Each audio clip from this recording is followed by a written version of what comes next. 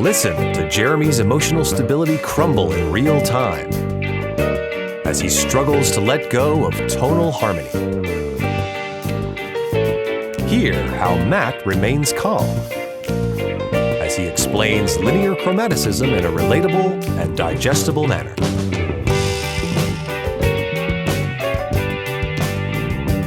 You're listening to Music Student 101. Here are your hosts, Jeremy Burns and Matthew Scott Phillips.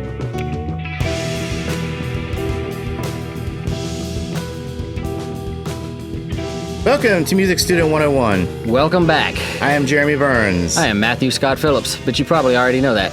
Yeah, I think Mike, our announcer, pretty much probably covered all those things. Probably. And a shout out to Mike, our announcer. Mike, shout out to Mike. He's directing Clue, the play. It's based on the movie in the early 80s with Tim Curry. He is, yeah. And he's actually got to be in it tonight because one of the characters had a family emergency. Oh, wow. And we're hoping to go and see that next weekend. Yes, yep. Support the man whose voice we've heard so many times. Indeed. And I think he hasn't directed anything in a long time, and it's kind of a big deal. They sold out many a night. Yeah. Oh. But anyways, we said at the end of this is episode 112. Yes.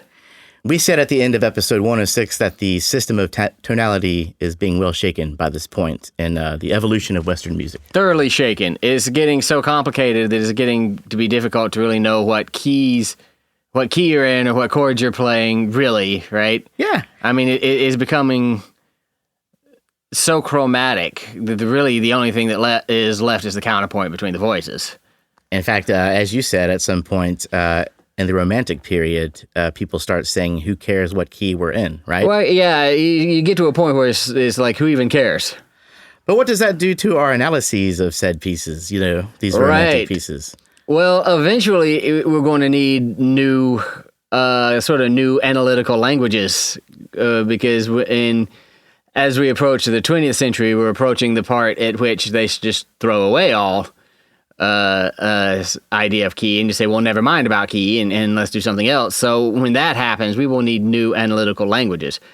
Right now, the best thing we can do is talk about some of the more advanced sort of descriptors and kind of the tools and the toolkits of the composers, and attempt to describe this a really interesting little time in classical music where it is very, very chromatic, and yet there's still an underlying tonality. Mm-hmm. Yeah, but it is very, very chromatic, so we're going to have to branch afield a little bit, hence sort of today's episode. In order to keep our sanity, I believe you also said at some point. In order to keep our sanity, yeah. We have to find new ways to describe these because the old diatonic chords in the Roman numeral system isn't going to quite cut it. Right, and we're not at the point yet where it's just not cutting it at all. It's just getting more and more complicated. Mm-hmm. It's creeping in. Yeah. Chromaticism creeping in on another level. Indeed. But anyways, so this is a continuation of that episode, right. 106, and we covered altered chords from a practical approach. We talked about sus chords, add chords, and altered chords. And as far as extended harmonies go, we did listen to a few of them and had some good examples. Most of those were dominant chords. We're going to step outside of that and hear some from non-dominant chords. And we'll also talk about some simultaneities, which really just don't make a lot of sense in general from an analysis perspective. Yeah. So, Matt, what's new with you, man? Fun little opportunity. I'm playing a wedding gig. Yeah. There's a music group that needed a bass player fill in, so I'm playing a gig in a week, and I've got a set list to learn, you know, and I've been working my way through it, and it's been fun playing bass with people again. Oh, how did you get that gig? Through a mutual friend, actually, Aaron Branson, who has been on the show. I believe it was episode 26, maybe, the bass. Yeah.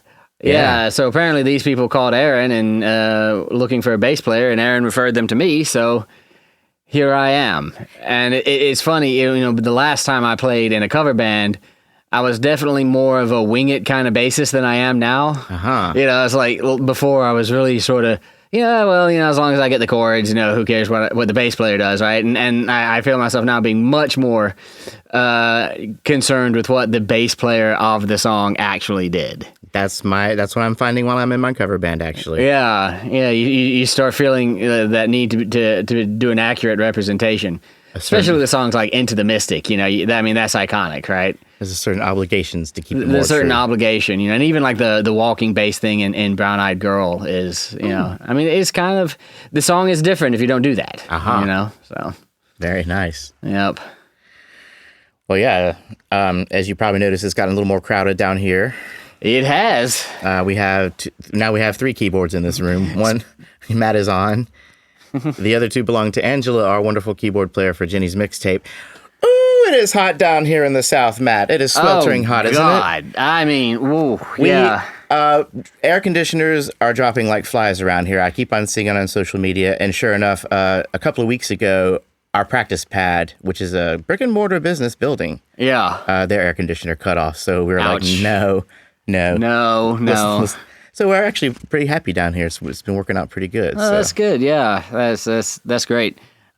We Southerners don't really like to complain about the heat.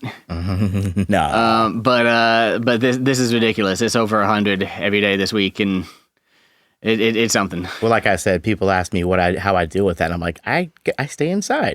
You stay inside. I pray that my air conditioner You stay inside and make sure your air conditioner has been serviced before it happens. Yeah, right. Back in May or June, you need to be having your air conditioner serviced. Jump on the game. Yeah. So, anyways, let's find out what's going on with some of our listeners here, shall we? Let's do that. All right, we have a new review From Rob Z987. So Rob says, 5 stars, yeah. Glad I started listening to the show. A few years ago, I started playing piano self-taught. I'm now a dad of 2 that works more than 40 hours a week, so being able to learn music theory on my drive to work has been very convenient. Last year, I took a basic online theory course, but I still found myself looking at some chords from some pieces and thinking, what the hell kind of chord is that? But thanks to the episode on non-chord tones and Matt's advice to not just try and slap a label on each chord in isolation, but to look at its function and in the chord progression has made things a lot more clear for me. You know what he's talking about, Matt? Oh, I do. Oh, yeah. We're actually going to talk about some of that in Some of that this stuff. episode. Yeah, no kidding. So he goes on. Tonight, I was planning on learning how to play a fancy version of Happy Birthday since I never really practiced that song in all this time.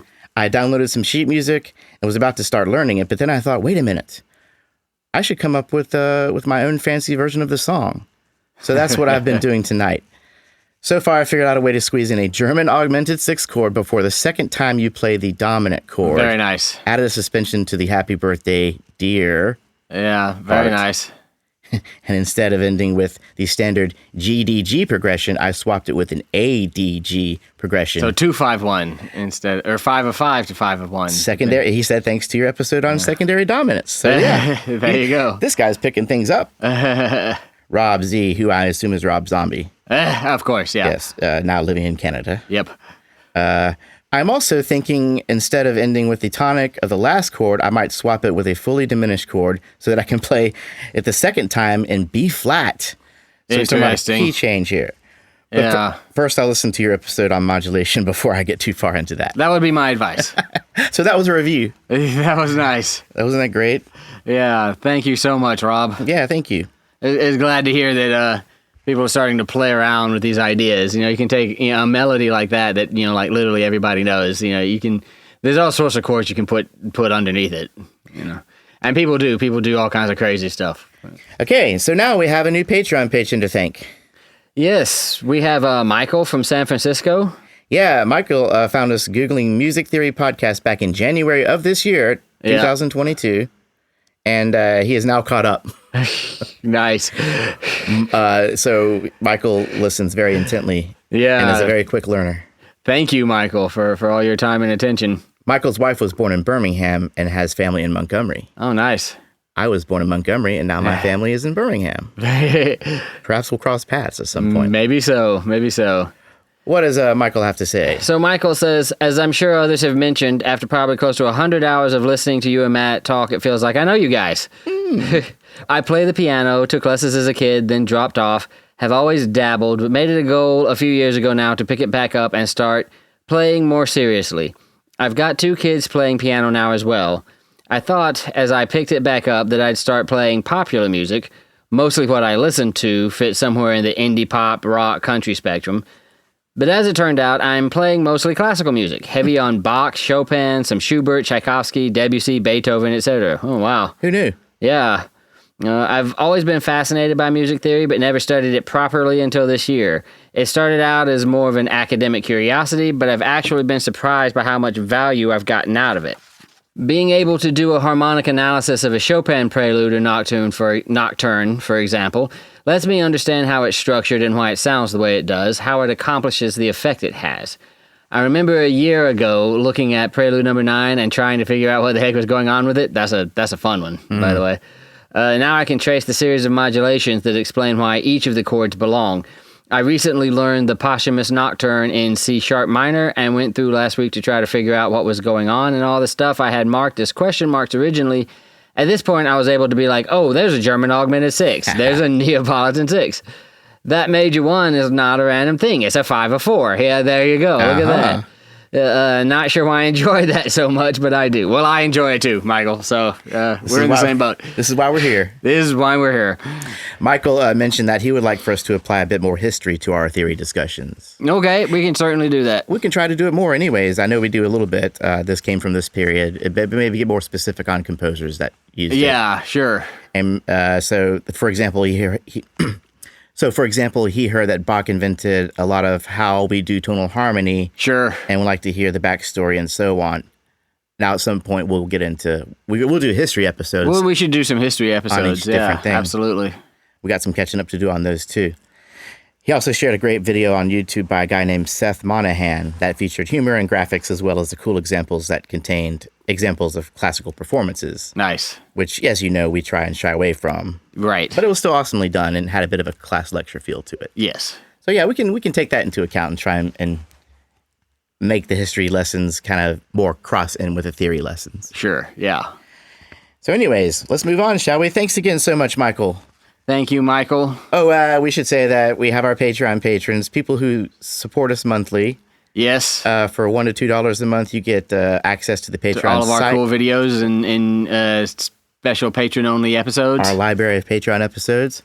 And for $3 a month, you can get a special Music Student 101 beverage tumbler, kind of like a tumbler kind of thing. Yes. With our logo on it. You can share you can enjoy our episodes while you drink whatever you want to from those containers. Right.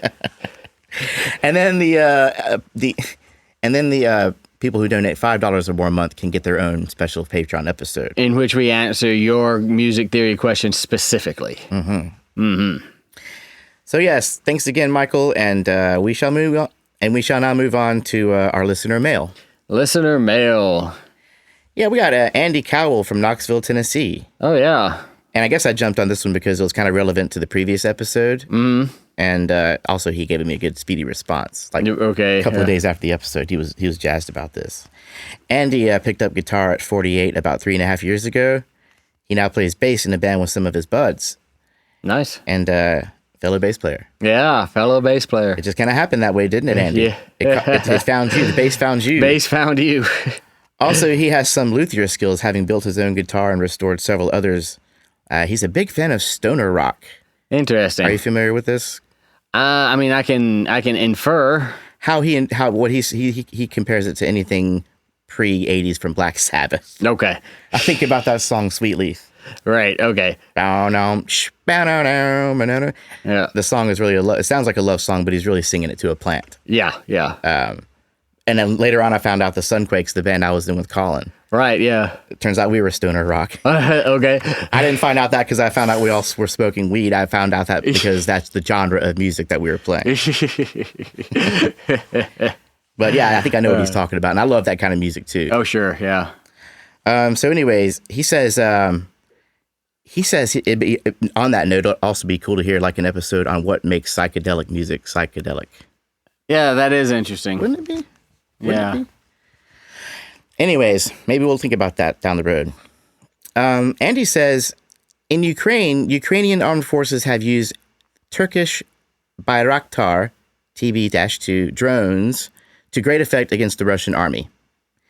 In fact, there's a popular song about them now. Wow. So he sent me this video with the song, and it's really catchy. It's like in a minor key, kind of bouncy kind of thing. Right.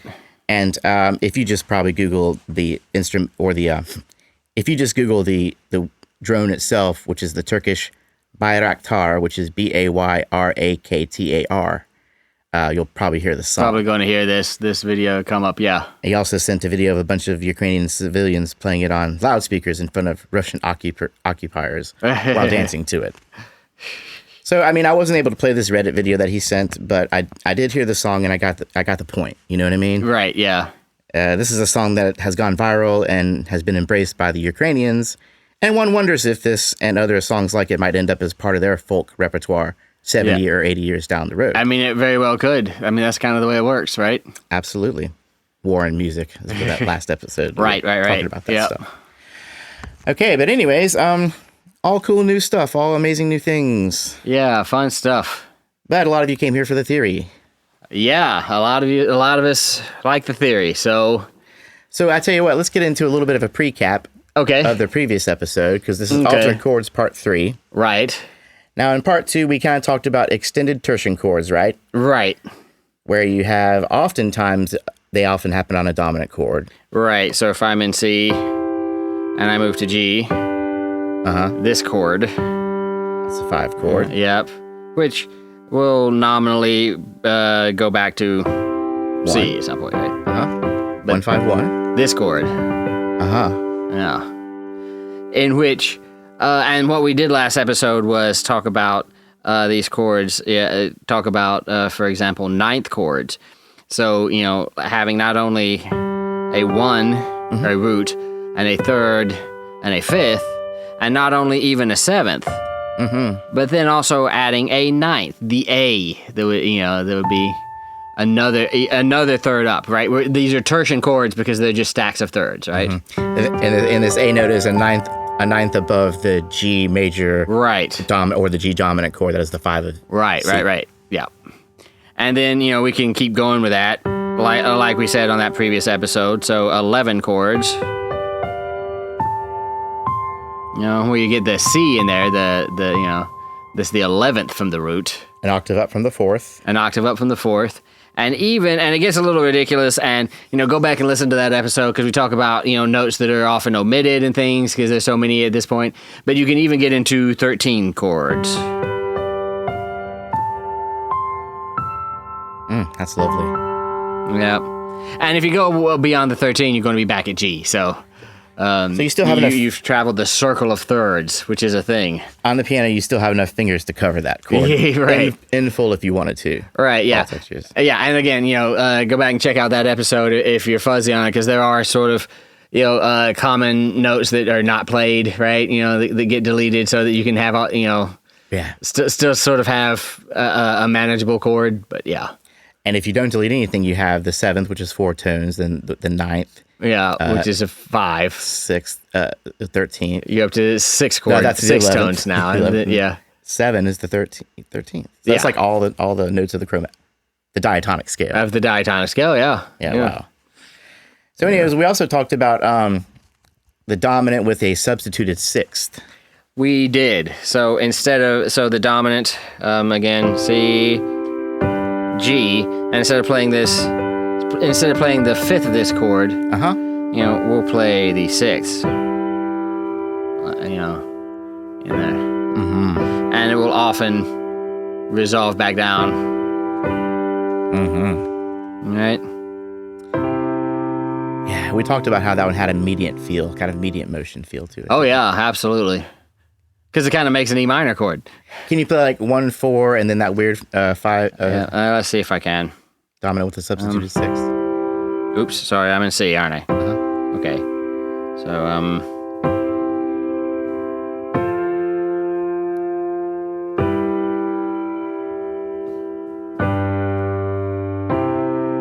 Nice. Yeah. And then next up, we have the dominant with the raised 5th. With the raised 5th. So instead of going all the way up to the 6th, I just raised this a chromatic half step to D sharp. So same thing. We can. 4.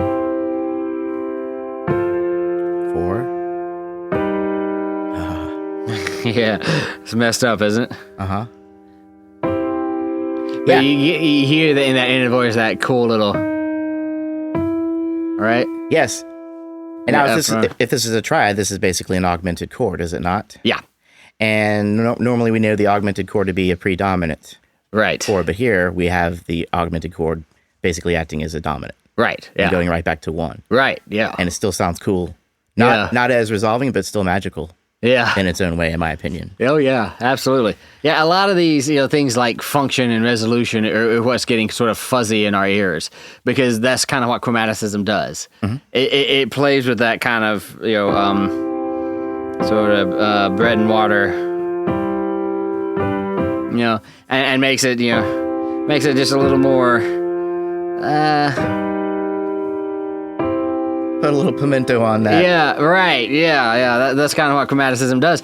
But it does have that effect, like you say, it makes it a little fuzzier in terms of how do these function? What is this resolving to? How is this resolving, right? Mm-hmm. This is why the system is eventually going to, at least in European classical music, kind of come apart. Mm-hmm, mm-hmm. Yeah. Now, if we can have the dominant with a raised fifth, why not with a flatted fifth? Why not with a flatted fifth? Let's also try that. 1, 4. Oh, man. So we're back down to tonic in that, yeah. Can we hear that again? Yeah.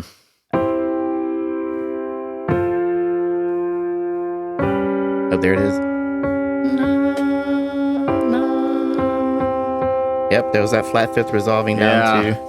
Pretty cool, yeah. So this was all in episode 106. Mm-hmm. So for a really deep listen, go back to that one. So for a really deep listen on this stuff, go back to that. But now, we move forward. So these things begin to become quite common in 19th and early 20th century music. Mm-hmm. So think of Shostakovich, or think of Richard Strauss. Mm-hmm. Not Johann Strauss, but Richard Strauss. Not to be confused. Right. Think about Chopin. Think about Brahms to an extent. So it's sort of these late 1800s moving into the 1900s. Mm-hmm. Some of this stuff starts to become really prevalent. So, like, for example, whereas we had been extending our dominant chords for a while, in terms of making 9th chords and 11th chords, stuff like that, we start taking other chords and starting to expand them. For example, like the good old 2 chord. In the book, there were a couple of Wagner examples. Oh, yeah. And also, in lieu of the last episode, maybe we could just come up with our own examples. Yeah, oh, yeah. So I was thinking it might be fun to kind of start off with, like you said, a real, what did you say, bread and water kind of example. Yeah. So, just the basic 1, 2, 5, 1, right? Uh-huh. I'll do 2, 6. Oh. Little inversion on the 2 chord, but still a 2 triad. Still very, very diatonic. Mm-hmm, right, very diatonic. So that was one more time. You got a 1, 2, 5, 1. Yeah. Okay. Yeah. In major. And all of these work in minor too. So now you want to spice it up a little bit? So now we can see if I can do this. We can hit a and then it's 2, 7. 2, 7. 5, 1. Yep. Okay. So now let's see if I can even do this. This is 2, 9. Oh, we're going to put some 9 alarm sauce on that bad boy now.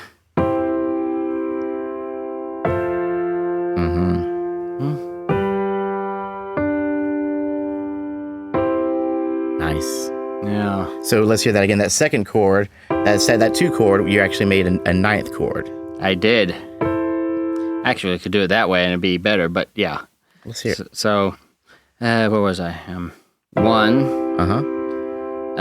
2, 9 in inversion. And then 5, 9. Come here. What? Yeah. And then right back to good old 1, stable. Good old 1, yeah. Very nice, very nice. Yeah. So these things are starting to permeate, right? Mm-hmm. These sort of extended chords in Like I said, the late 1800s, Chopin, Bach, Rachmaninoff, these kind of guys. So it was more in the classical period that they were still using this, but it was more on dominant chords. In the classical period, there was more just basic diatonicism and secondary dominance, and secondary seventh chords and stuff like that. German augmented sixes, Neapolitan sixes, that kind of stuff shows up in Beethoven, shows up in Mozart, shows up in early 1800s people like Mendelssohn and those kind of the traditionalist romantics. And then and Chopin and Schubert, as we get into Chopin and Schubert, we start to see more of this. And as we get into Liszt, right, we start seeing a lot of this kind of stuff. And more so with the non-dominant extended chords. And these kinds of things in general, yeah. Oh, this one is one of my favorites. Let's talk about it, shall we? So the common tone diminished 7 chord is a fully diminished 7 chord. So it has theoretically no root, right? Because these notes are all a minor third apart from each other. So they're just symmetrical. So any one could be considered the root. Yeah. Right? And we did so go back and we kind of went into that. Modulation techniques, I think, is... that sounds right. To distantly related keys, maybe, is... Something like that, yeah. But we did talk about that and go back and be on the lookout for how that happens. But there's theoretically no root. And so it can embellish any triad, but it typically embellishes either 1 or 5.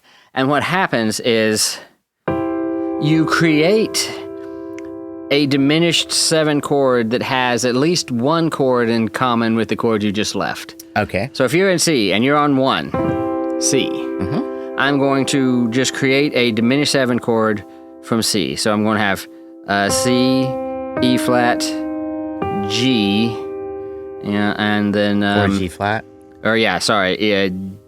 C, E flat, G, Flat. G flat, and A, right? And this is the fully diminished 7 chord that has C in it. A symmetrical chord, right? Yes. And then back to C. So it's not really functioning. It's not really moving. It's not really progressing, the chords along. It's just kind of an embellishing sort of thing that happens. It's an extension of the 1 chord? Yep. But in this case, we're not resolving. Does that resolve? It doesn't really resolve. It's not. I wouldn't call it resolving. It's just. See, this is this sort of 19th century chromaticism.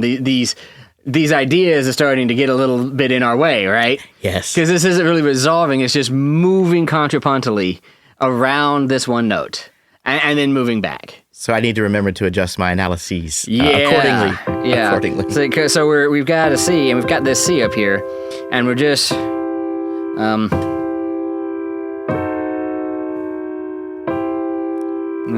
Okay, I love it. I love the way that sounds. Yeah, you find a lot of them in Chopin. And you can also do it on the 5, so you can be in C, and then go to G, and then go. Let's see if I can do this. G, B flat, D flat, E.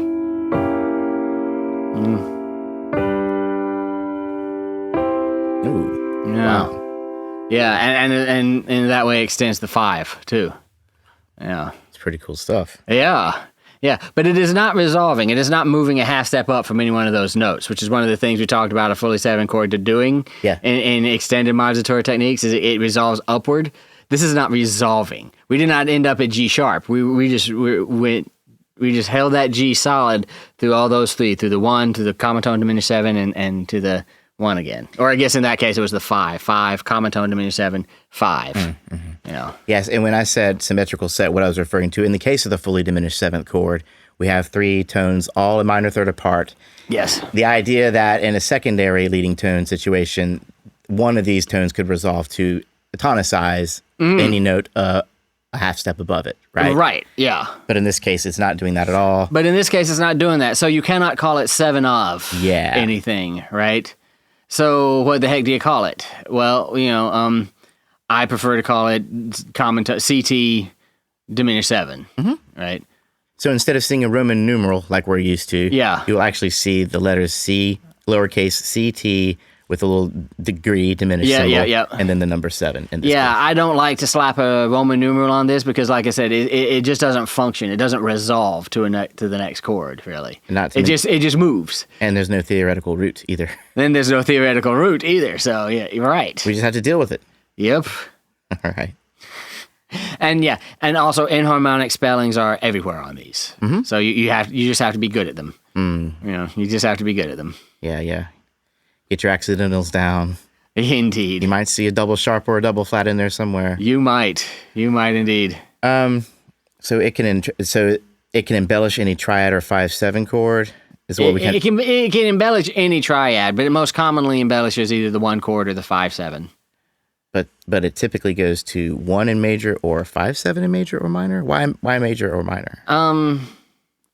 I don't know. I don't know that that's really a thing. If I were to guess, I would say that it embellishes the 5 more often in minor because the 5 will be major in minor, right? And with that leading tone.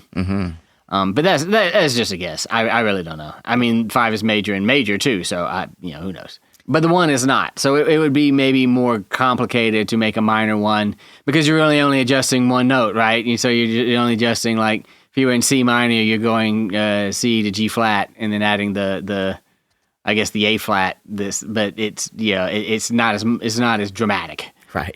Okay, so that's the common tone diminished 7th chord.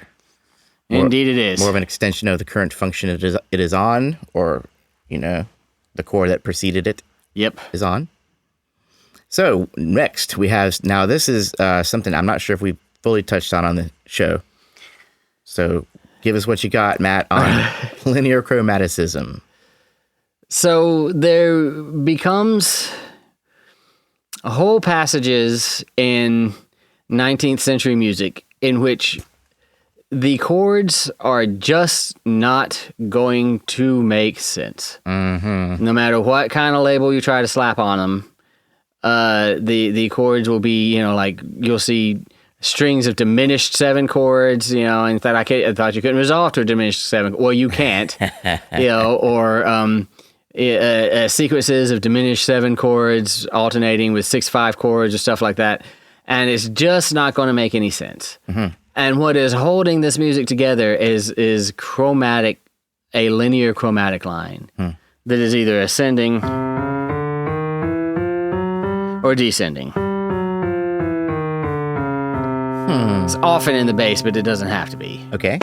And we just wrote chords over these. I'm just making stuff up. And then what about? I'm just making stuff up, right? And what I'm doing is doing things that are contrapuntally. Those laws of counterpoint are following those, not following the laws of functional harmony. Tonal harmony, or is that the same thing? Or what? Yeah, of tonal harmony. Okay. These chords are constructed to preserve this linear ascending or descending chromatic line. Now, my sense is that the horrendous beef tips and cow metaphor, somehow applies to this idea. Oh yeah. What's that again, Matt? You cannot string chords together and get a piece of music any more than you can pile beef tips together and get a cow. Right, the music came first. Yeah, right? And this is an example of the music being constructed in a way in which the chords aren't helping you understand what's going on. You really have to stop looking at the chords and notice the counterpoint, notice the chromatically ascending or descending line, because that is what's really going on. The overall motion of the textures. Yes. How they work together, not necessarily adding. Yes, not necessarily slapping labels on it like 5 or 2/7 or something like that. Yeah. Well, the two books that I draw from for these episodes, we have Casca Payne on one end, and then I cross-reference that with notes from Frank. I'm sorry, Casca Payne. What was it called? Harmony? No, Tonal Harmony. Tonal Harmony. And then Harmony in Context is by Roy Francoli. Miguel Roy Francoli. We think that it seems to me that the Francoli philosophy is more based on counterpoint. It is. The movement of these lines together. Yeah. Whereas Casca Pain is a little more chord, chord, chord. Yeah, absolutely. It absolutely is. So we're going to try and give you a little balance of these ideas. Right. But more leaning towards counterpoint because it really does seem more genuine. Or not, what's the word I'm looking for? It's more. It will help you understand better if you focus more on the counterpoint. Okay. It really will. Well, one case that this might occur is the Appogiatura Chord. The Appogiatura Chord. And if I never have to type that word again, I'll be a happy man. But it is one of my favorite words to say. Yeah. So an appoggiatura is where you sort of it's a non-chord tone where you kind of leap out of the chord to a non-chord tone. Yeah. You know, kind of like that, right? Wait, so what happened again? So what happened was I played G. Are we in G? Yep. So this is 1. And I took this upper voice, this on the 5th D, and I leapt all the way up to A. Okay. Not a chord tone in G. Yeah, you went up a G9, right? But yeah. And then that's a big leap. You know, and then resolved it to C, and this resolved down into a chord tone. So it is considered a non-chord tone traditionally like that. Mm-hmm. So we're not changing chords for that A. Right? Mm-hmm. It just kind of happened that way. That is the appoggiatura as non-chord tone that we probably talked about way back in episodes with single digits, right? Mm-hmm. Sure. Where it is a voice leaps to a tone not in the chord and then steps back down to resolve. So again, non-chord tones make their way into this discussion. Indeed. And the previous episode, we talked about the escape tone. Right. In which the note steps up to the window, so to speak. Right, yeah. It steps out of the chord and then leaps down. This is the opposite. It's the opposite. So it leaps and then steps. Yeah, my theory teacher just imagine somebody escaping. They'll step up to the window and then leap out, right? Now, is it always leaping up and then down again? No, it can do either. It can leap. Okay, so. Yeah, the directions can change. So that's the appoggiatura non-chord tone. Yes. Where does it fit into this discussion? So we start getting to a point where this just kind of becomes part of the chord, right? So we are harmonizing this, you know, and it's not necessarily resolving as a non-chord. It's not being treated as a non-chord tone. It's being treated as part of the chord.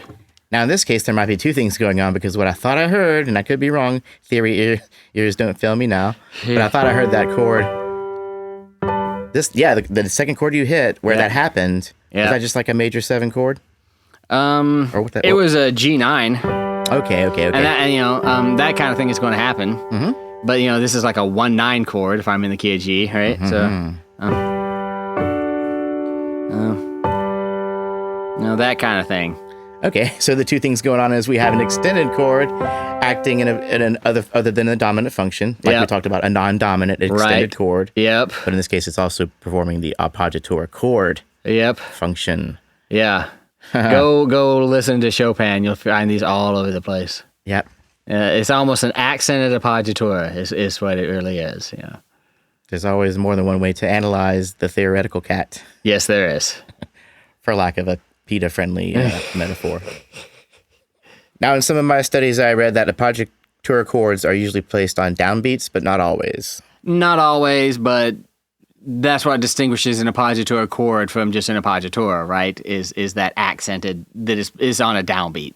So yeah. Yeah, and oftentimes chord changes occur on downbeats. It's fairly typical. Fairly typical. Yeah. Maybe that's somehow related. I don't know. I'm not going to get too deep into that. I'm not going to theorize beyond my level. Well, you can start thinking about...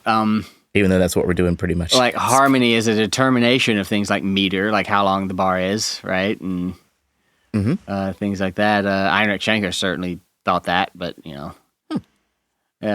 we can go down a real rabbit hole with that. Well, let's move on, shall we? Let's move on.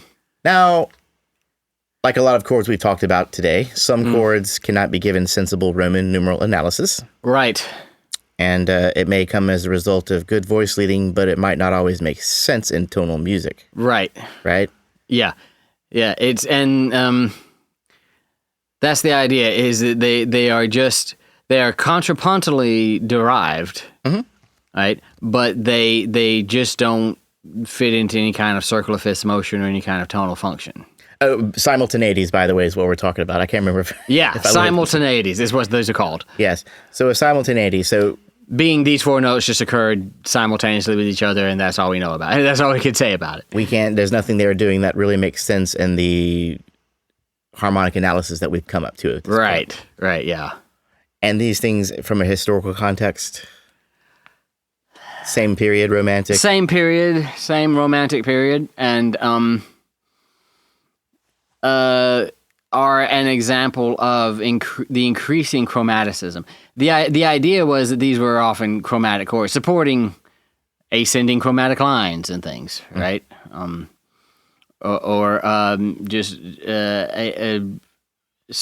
Extending a chord by moving its inversion, but moving its inversion by chromatic passing tones that are then harmonized with, a diminished seven or something. Yeah. It's pretty crazy. It gets pretty crazy. Seems like analyzing this stuff is like trying to untie a big old knotted cable.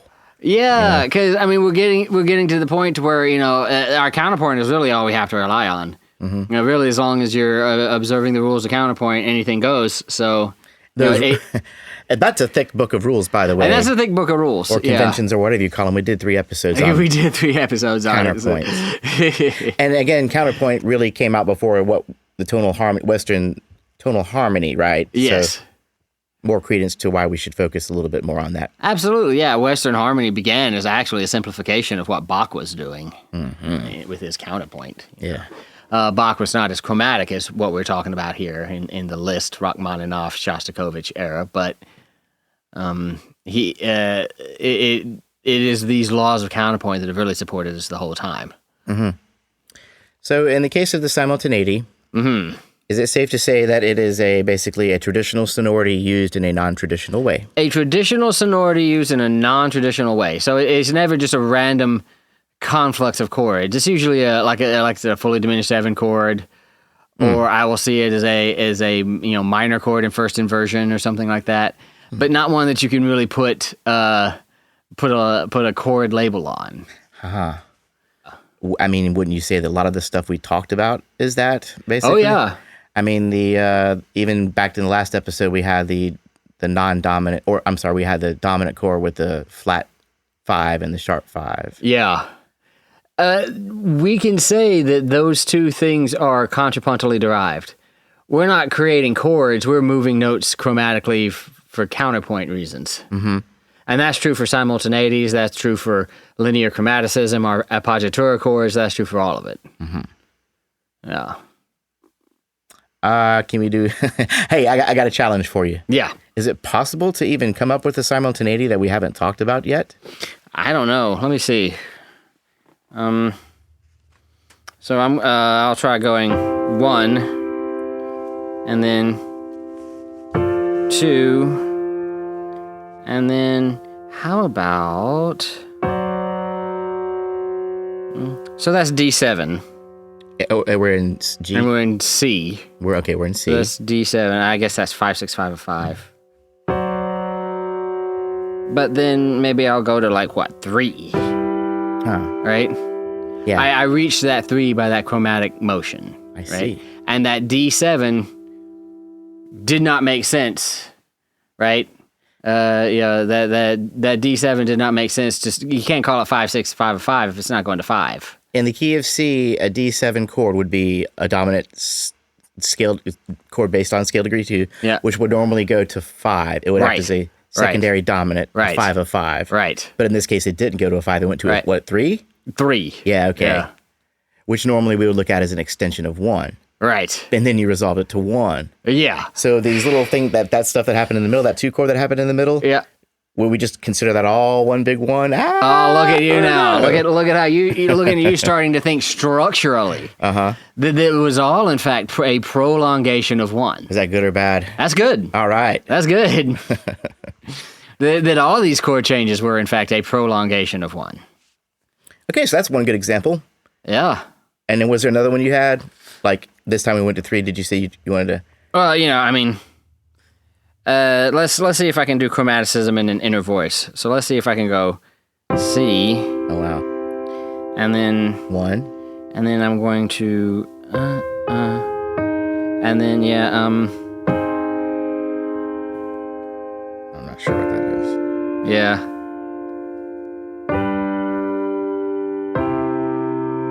Something funny happened, but I didn't quite. See if I can do it again.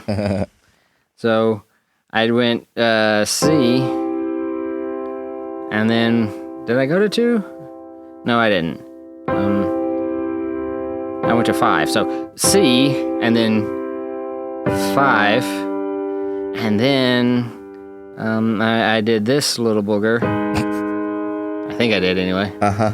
And then to 6. Or something like that, right? That's not what I did, but it's the same idea. So I've got this in this voice, and I just built a chord around that. Based on the ascending chromatic sequence. Yes. Yeah.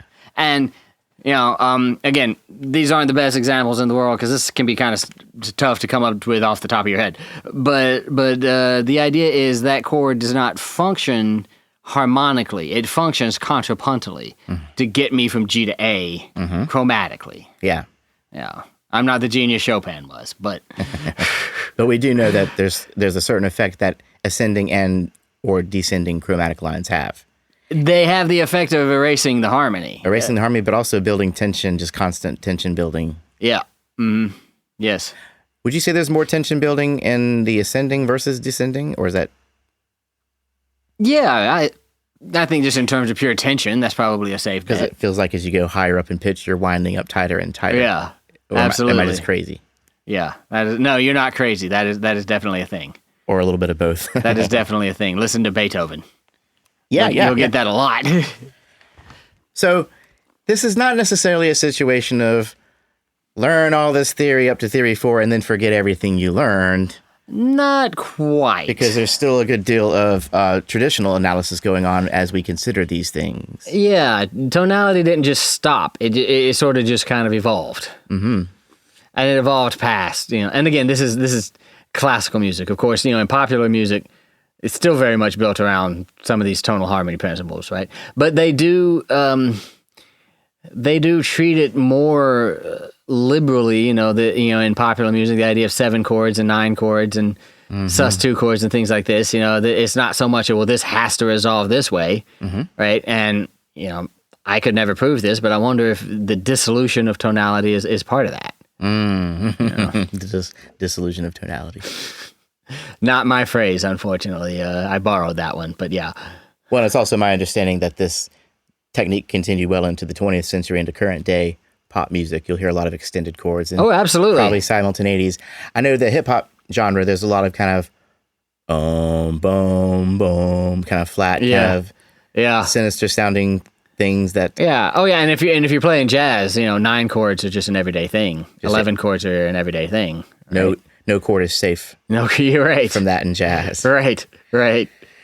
Yeah, man. Well, shall we go ahead and give a little recap on some of these things we discussed? Brief recap. So, we began with the non-dominant extended tertian chords. So, chords that are not 5 chords, but that nevertheless get extended into 9 chords and 11 chords and 13 chords. Chords such as the 2, which is the next most common after the 5 to be so extended. But there can be others. Yeah. And that's tertian being chords stacked in thirds. Thirds, yes. Root, 3rd, 5th, and then root, 3rd, 5th, 7th, 9th, 11th, 13th. That's a 7-note chord right there, buddy. Yeah, there you go. And then we got into the common tone diminished 7th chord. The common tone diminished 7th chord, in which to extend either a 1 or a 5, you hold one note sustain, so you repeat that one note, and then build a fully diminished 7 chord around that note, which then resolves right back to that first chord. And did we say that yes, this happens often on 1 and 5, but it can happen to any It chord? can technically happen anywhere. That might be a good example of a simultaneity. If that you would have to call it common tone diminished 7. Oh crap! Don't fall into that trap of anything you don't know what it is. Call it simultaneity. Yeah, that gets people red marks on. I'm being too forgiving here. All right, man. So, and then what else about that? Anything else about it? That's the basic gist. Yeah. So it's not functioning, as we say, like a secondary. Right. Yeah. It's not a 7 off. You don't go to a different chord. Yeah. Yeah. It's not resolving. It's just kind of embellishing. Okay. And then we kind of like just discussed the philosophy of linear chromaticism. Indeed, we did. The idea of chromatic ascending lines being what is keeping a piece of music together more so than, a necessarily intelligible chord progression. Yeah. That up until now we've been analyzing with Roman numeral chords. Right, yeah. They're getting a little unuseful. They're getting a little unhelpful. Unhelpful, yeah. Yeah. Functions are getting a little bit foggy. Foggy, yeah. Yeah. So that's linear chromaticism. Yep. And then one example of that is the Appogiatura Chord. Again, we have a non-chord tone, kind of where we would normally call it a non-chord tone because of what it does. Yeah. It because of it being accented in the way that it is, and often it's a chromatic Appogiatura too, by the way, which we should probably mention. Oh, and that is not a part of the diatonic mode. Okay. Yeah. But by virtue of being accented, that Appogiatura note is considered a chord tone and treated like a chord tone. And that happens, and again, that's just it tends to leap up, or down. Yeah, and then resolve in the opposite direction. Resolve step by step in the opposite direction. Yep. Big leap, small step. Yeah, and then finally, the great catch-all. This is where we just throw our hands up in the air, right? And say, this is just a simultaneity it'll be a traditional quality chord, like a diminished chord or a minor first inversion or something, but it just isn't functioning at all. It is just a product of chromatic counterpoint. Lines moving up or down or towards each other or what have you. I see. And then we said that basically these are traditional sonorities used in a non-traditional way. Yes. Now, in the next episode, we're going to be talking about coloristic chord successions, which can make use of chords that are foreign to the key in non-traditional ways. I can't wait. Yeah. I can't wait. So, yeah, there's way more to... And man, I tell you what, we're also going to talk about chromatic sequences. Yep. We're going to talk about the ascending 5/6, the descending 5/6. Oh, I can't wait. And then non-sequential linear processes, which is the reason we're having it in part 4. There's a lot to this. Non-sequential linear processes. Yeah. Oh man, I can't wait. It's gonna get deep, folks. We'll talk about Chopin a lot during that too. And then we'll go into pitch patterns. That'll be basically episode 4. Yeah, buckle up. And that might be all we have to say about that, but we've said that before. Yes, we have. Now, please enjoy the sweet sounds of our announcer, Mike Cunliffe, as he takes us out of the episode.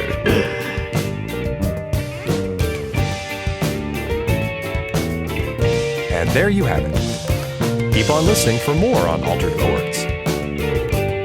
Don't forget, you can support us on patreon.com/musicstudent101. You can enter our name into redbubble.com and check out our merchandise. And as always, questions or comments, write to us at info@musicstudent101.com. We got something in there. Something's there.